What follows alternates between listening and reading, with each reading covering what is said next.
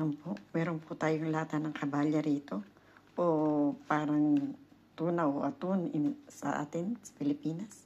Meron po akong chili dito. Sibuyas, kamatis. Ito po ay sibuyas at bawang. Pinuhin po natin yan. At meron po ako ditong krema ng coco. Yung gata. May gata po tayo dyan. At meron po tayo ditong paminta. Bawang, at oregano. Meron po tayong oregano. Ayan. Gagataan po natin tong ating tuna at sili. Atin pong gataan yan. Ayan. Samahan niyo po ako. Po tayong kawali. Lagyan na po natin ng mantika. Ayan.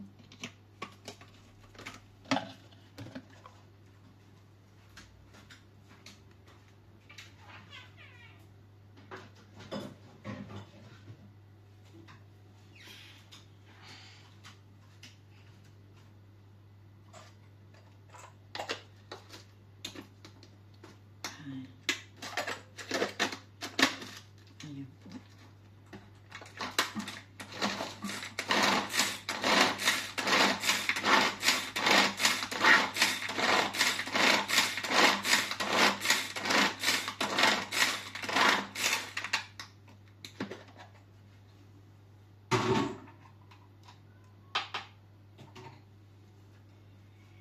Ito na po yung ating pininang sibuyas at bawang.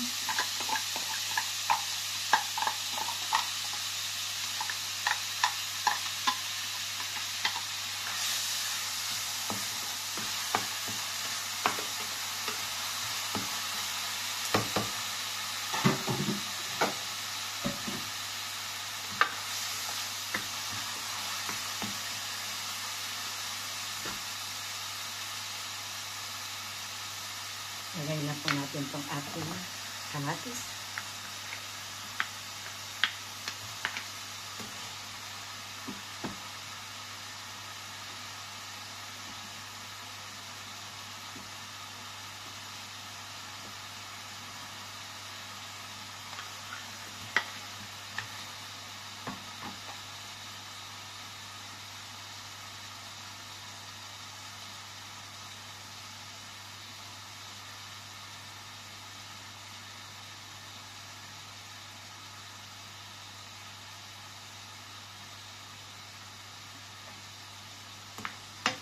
Hintayin po natin maluto muna yung ating kamatis bago po ilagay natin yung ating gata.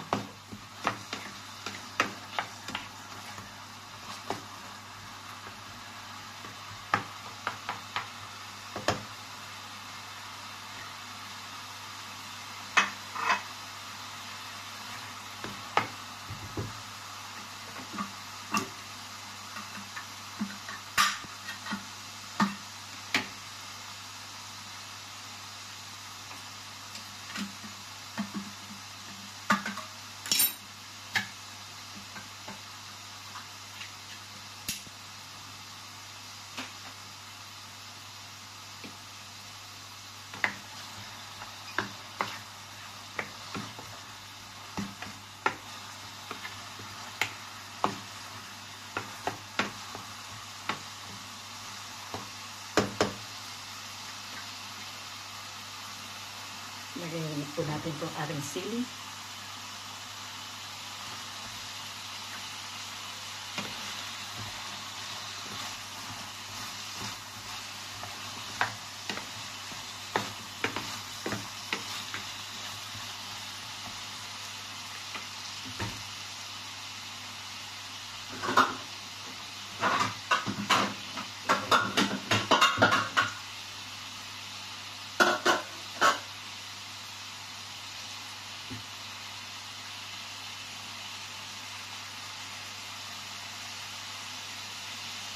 Lagay na po natin ang ating gata.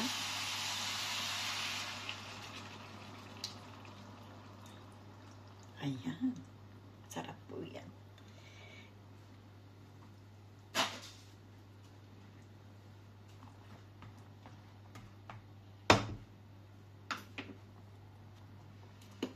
Lagyan po natin ang paminta. Red pepper.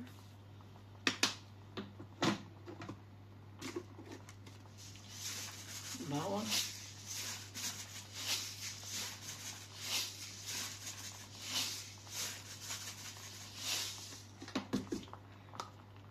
Yung dilaw.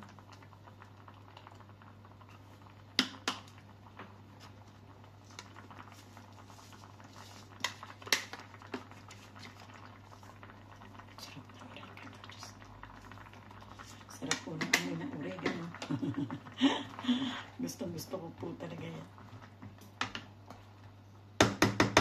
Ayan. Lagyan po natin ng konting asin.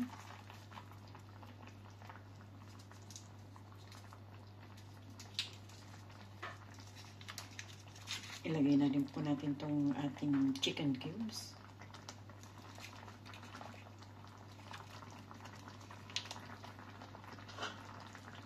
Takpan po natin. Ayan na po ang ating ginataang sili. Lagyan na po natin ng tuna o atul. Ayaw pong malaglag. Ayan, ang lalaki. Ayan po. Ang sarap po ng amoy ng gata. Sobra pong sarap ng amoy. Amoy na lang. Ulam pa. Ulam na. Ayan. Yung ating lagyan po natin ng marami. Ang sarap.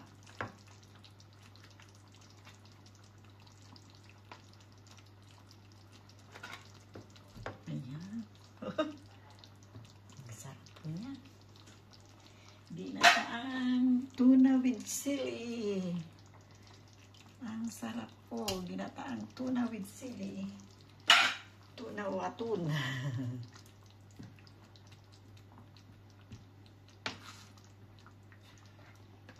Uy, masarap ang amoy. Sarap po ng amoy. Wait po tayo ng konti. Ilagay ko na po itong ating sibuyas para masama na po sa pagluto.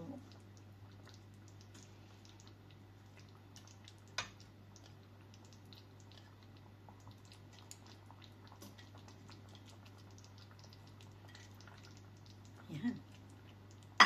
Wait lang po tayo ng konti.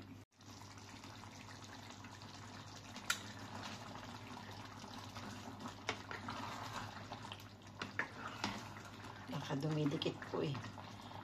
Kailangan po natin haluin ng konti para hindi po dumikit.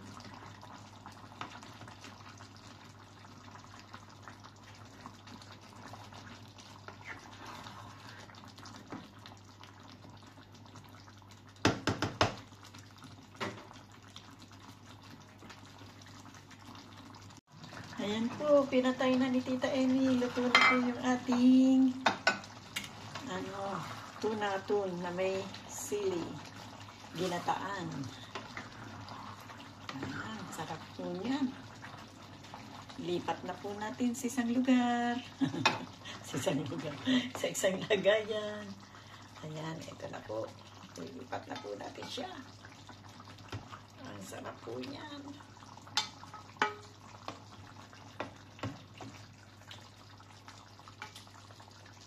Ang lalaki po ng tuna. Ayan. Ito na po ang ating ginataang tuna na may sili. Ayan. Tara na po, kain na po tayo. Sama na po kayo sa amin. Maraming pong salamat sa bawat subaybay ninyo kay Tita Emmy. Subscribe, share, subscribe po. Ayan, nagkautal-utal na naman sila. Okay, bye-bye.